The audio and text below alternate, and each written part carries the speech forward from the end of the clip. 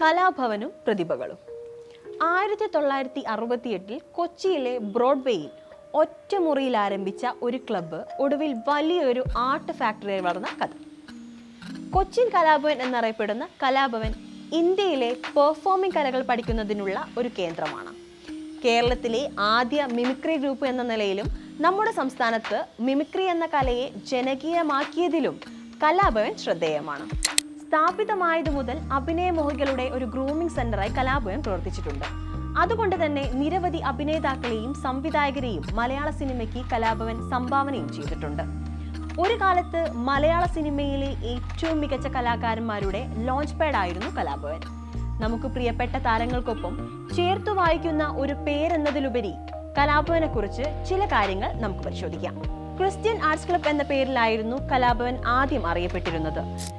ക്രിസ്തീയ സംഗീതത്തെ പ്രോത്സാഹിപ്പിക്കുന്നതിനായി CMI പുരോഹിതൻ ഫാദർ ഏബേൽ പിന്നണി ഗായകനായിരുന്ന KG യേശുദാസിന്റെ സഹായത്തോടെ ഒരു ക്രിസ്ത്യൻ ആർട്സ് ക്ലബ്ബായി കലാഭവൻ ആരംഭിച്ചു. മതവുമായി ബന്ധമൊന്നും വേണ്ട എന്ന തീരുമാനം ഫാദർ ഏബേലിൻ്റെതായിരുന്നു. KG യേശുദാസ് ആണ് സ്ഥാപനത്തിന്റെ പേര് കലാഭവൻ എന്ന് മാറ്റം വരുത്തിയത്. ക്രിസ്തീയ ഗാനങ്ങളുടെ നിർമ്മാണമായിരുന്നു കലാഭവൻ ഏറ്റെടുത്ത ആദ്യ ജോലിയെങ്കിലും പിന്നീട് അവർ ഗാനമേളയിലേക്ക് നീങ്ങി. മുൻകാലങ്ങളിൽ കൊച്ചിൻ കലാഭവൻ ഗാനമേളയിലൂടെയാണ് കലാഭവൻ അറിയപ്പെട്ടിരുന്നത്.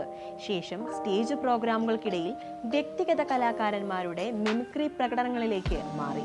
തുടക്കത്തിൽ വൺമാൻ ഷോകൾ 10 മിനിറ്റ് നീണ്ടു നിൽക്കുന്ന ഫില്ലറുകളായി ഷെഡ്യൂൾ ചെയ്തിരുന്നു. കലാഭവനിൽ ആദ്യമായി മിമിക്രി അവതരിപ്പിച്ച കലാകാരനാണ് സംവിധായകനും നടനുമായ അൻസാർ. മിമിക്രി പ്രതിഭകൾ വളർന്നു വരികയും പ്രേക്ഷകർ അതിനെ ഇരും കൈ നീട്ടി സ്വീകരിക്കുകയും ചെയ്യുമ്പോൾ എന്തുകൊണ്ട് ഇതൊരു മുഴുനീള പരിപാടിയാക്കിക്കൂടാ എന്ന ആബേൽ അച്ഛന്റെ ചിന്തയിൽ നിന്നാണ് മിമിക്സ് പരേഡ് എന്ന ആശയം ഉടലെടുത്തത്. മിമിക്രിയുടെ സാധ്യതകളും ചുരുങ്ങിയ സമയത്തിനുള്ളിൽ തന്നെ കലാഭവൻ മാക്സിമം ഉപയോഗപ്പെടുത്തി. സെലിബ്രിറ്റികളെ അനുകരിക്കുന്നതിനു പുറമെ ഇംഗ്ലീഷ് സിനിമകളുടെ ട്രെയിലറുകൾ, മെഷീൻ ഗണ്ണിന്റെയോ വിമാനത്തിന്റെയോ ശബ്ദങ്ങൾ, രാഷ്ട്രീയ ആക്ഷേപഹാസ്യം തുടങ്ങിയവയും പരീക്ഷിക്കാൻ തുടങ്ങി. കലാഭവൻ വളർന്നപ്പോൾ മിമിക്രിയുടെ ജനപ്രീതി കുതിച്ചുയർന്നു. കേരളത്തിൽ മിമിക്രിയെ ജനകീയമാക്കിയ ആദ്യ വേദി കലാഭവനായിരുന്നു.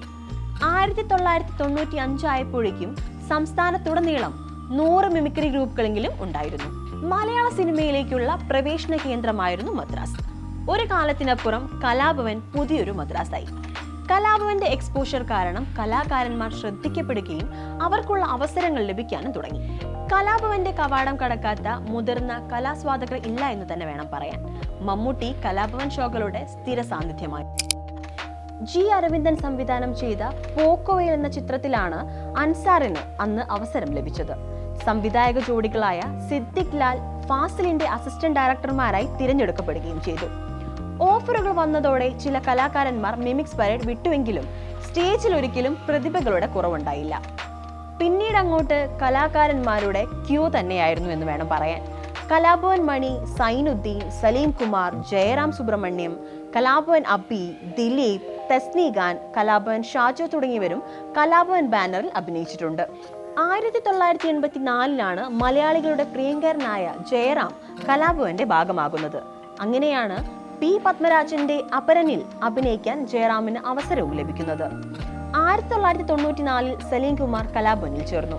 3 വർഷം മിമിക്സ് പരേഡിന്റെ ഭാഗമായി. പിറകെ തസ്നി ഖാൻ കലാഭവന്റെ ഭാഗമായി. സംവിധായകരായ സിദ്ദിഖ് ലാലും തിരക്കഥ അവതരിപ്പിച്ചാണ് കലാഭവന്റെ ഭാഗമായത്.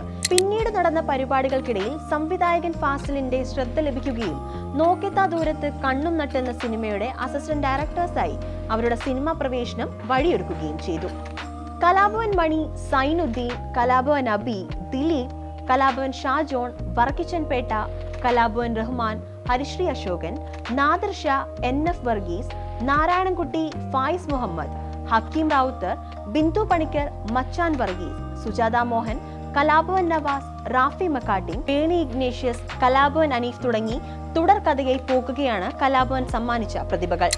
പ്രഗത്ഭരെ വാർത്തെടുക്കുന്ന കലാഭവന് ഇന്ന് ആഗോളതലത്തിൽ 7000-ഓളം വിദ്യാർത്ഥികളുണ്ട്. കേരളത്തിനകത്തും ഇന്ത്യക്ക് പുറത്തും ഫ്രാഞ്ചൈസികളുമുണ്ട്. കലാഭവനിൽ സംഗീതം മുതൽ നൃത്തം, പെയിന്റിംഗ്, മിമിക്രി വരെ കലാമേഖലകൾ വിശാലമാണ്.